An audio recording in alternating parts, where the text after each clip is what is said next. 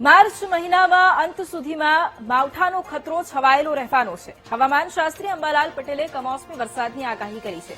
વધુ 2 western disturbance આવવાની અંબાલાલ પટેલની આગાહી છે. આગામી 22 માર્ચથી ફરી રાજ્યના હવામાનમાં પલટો આવશે.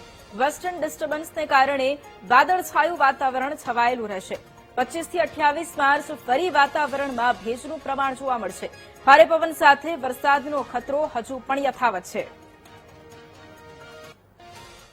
આજે લગભગ રાજ્યના ઘણા ભાગોમાં તડકો નીકળવાની શક્યતા રહે છે અને આકાશ સ્વચ્છ થતું રહેશે.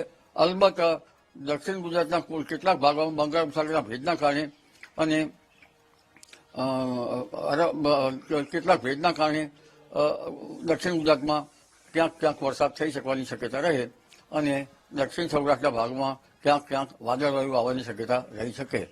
એટલે હવે ધીરે ધીરે હવામાનમાં પડતા આવી જ રહ્યા છે. પરંતુ ઉલ્લેખનીય છે કે આ પવનની ગતિથી વાતાવરણ જે આમાં ઠંડક આવી ગઈ છે તે એક ચિંતાનો વિષય છે.